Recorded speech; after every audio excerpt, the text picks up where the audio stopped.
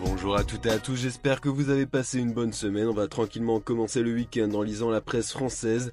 Le journal local alsacien Les Dernières Nouvelles d'Alsace ouvre son édition du jour sur la nouvelle défaite du Racing Club de Strasbourg. Beaucoup trop inoffensif dans le cœur du jeu et fébrile derrière, les Strasbourgeois s'inclinent 2-1 à Reims après avoir réduit le score bien trop tardivement pour espérer arracher un point. Du côté de l'Union en Champagne, on est très satisfait de la 7e victoire de la saison, la 4e à domicile. Le stade de Reims est toujours dans le bon wagon pour l'Europe.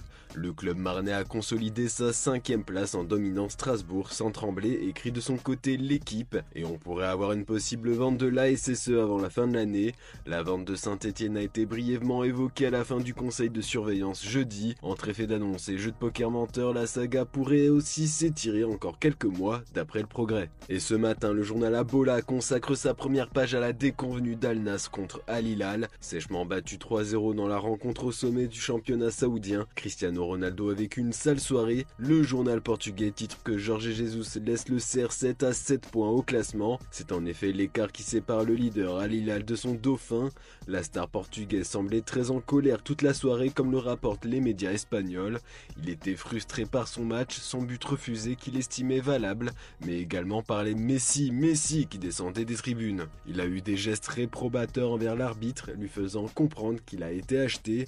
Ronaldo a été vu en train de discuter de manière véhémente avec un officiel saoudien après la rencontre. On peut perdre, mais pas de cette façon, il nous fallait un autre VAR, pas le VAR d'aujourd'hui, complétait Luis Castro, son entraîneur à la fin du match. Al-Nassr a vécu bien plus qu'une simple défaite hier. En Italie, le Corriere dello Sport met surtout en avant la victoire de la Juve sur le terrain de Monza. La Juve s'impose à la 94e minute à Monza 2-1 et ravit la première place à l'Inter, titre le journal ce samedi matin. Une nouvelle victoire étriquée des Turinois, mais une nouvelle performance majuscule de l'ancien parisien Adrien Rabiot, désormais habitué au brassard de capitaine depuis le mois d'octobre. Un but et une passe D pour le français. La Gazzetta dello Sport met aussi en lumière le succès turinois à l'extérieur, mais ce qui va un peu plus nous intéresser maintenant se trouve en haut de la une. Le journal a consacré une double page au futur mercato XXL de l'AC Milan. Les dernières semaines ont mis en évidence la nécessité de recruter un nouvel attaquant. Le club milanais mise beaucoup sur Jonathan David, il est vu comme parfait pour succéder à Giroud à l'avenir. Milan est également pressé de débuter le mercato hivernal pour faire venir un nouveau défenseur central. La cible principale est Jakub Kiwior. Du côté de la Catalogne, on n'attend qu'une seule chose, l'arrivée de Vitor Roque. Mundo Deportivo a déjà une idée sur la date d'arrivée du prodige brésilien. Le FC Barcelone a fait savoir à la Liga qu'il comptait inscrire l'attaquant en vue de pallier l'absence longue de Gavi. Avec la vente de Barça Studios à un fonds d'investissement, le club catalan devrait être en mesure d'obtenir gain de cause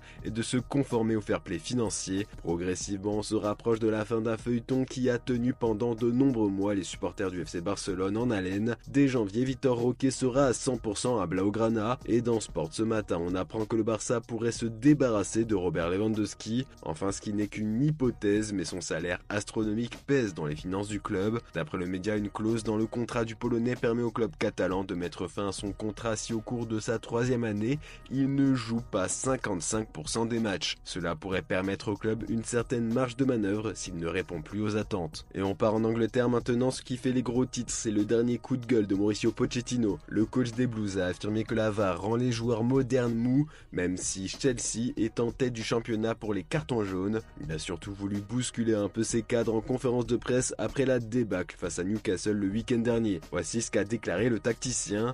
Nous sommes notre propre ennemi, d'accord, on va faire attention à eux, mais actuellement on doit davantage se concentrer sur nous-mêmes. Puis on apprend en lisant The Sun ce samedi que Liverpool aussi veut s'offrir Florian Wirtz. Les Reds considéreraient le meneur de jeu évalué à plus de 100 millions d'euros comme le successeur de Roberto Firmino. Jürgen Klopp veut faire jouer le joueur de 20 ans comme un faux numéro 9. Le coach allemand espère que Xabi Alonso le conseillera de rejoindre son ancien club en Angleterre plutôt que Manchester United qui est aussi sur le coup. Enfin, on termine ce tour de la presse européenne avec un article du média espagnol Sport.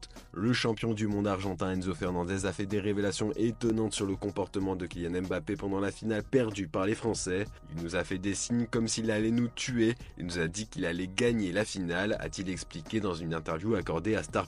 Si la tension était évidente, Fernandez a également expliqué comment s'est déroulé son duel avec le Français. Mbappé s'en est pris à moi, je ne sais pas pourquoi, mais heureusement j'avais un soldat qui me défendait comme Cristian Romero, qui est fou parce que quand Messi a marqué le premier but sur penalty, il est allé le crier à la figure de Kylian. On n'a pas fini d'entendre parler de cette finale. Voilà, c'est tout pour ce samedi, on se retrouve demain matin pour une nouvelle revue de presse. Bonne journée à toutes et à tous.